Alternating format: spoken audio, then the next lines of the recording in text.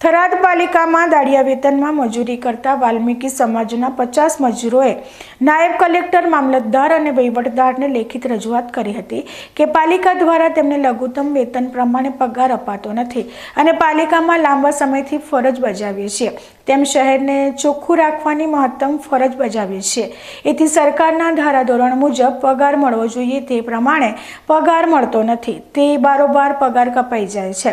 26 દિવસ પાલિકામાં હાજરી આપી હોય છતાં 20 દિવસ પ્રમાણે પગાર આપવામાં આવે છે। આથી અમારે વધારે આર્થિક નુકસાન ભોગવવાનો વારો આવે છે અને શોષણ થાય છે।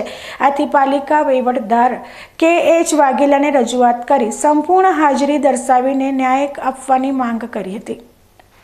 સરકારનો અમારા પરિપત્રક ઉપર અમારે 441 રૂપિયા હાજરી હતી, બરોબર। અમે વારંવાર રજૂઆત કરી હતી અને પાલનપુર જિલ્લા અધિકારી મેડમે અમારો પગારનો વધારો કરી આપ્યો હતો, બરોબર। પછી વધારો તો અમારો ચાલુ થઈ ગયો, પણ એનામાંથી અમારા દિવસો કપાઈ જાય છે અને દિવસો કાપી નાખે છે અને પૂરું વેતન મળતું નથી અને નગરપાલિકા અમારા ઉપર શોષણ કરે છે।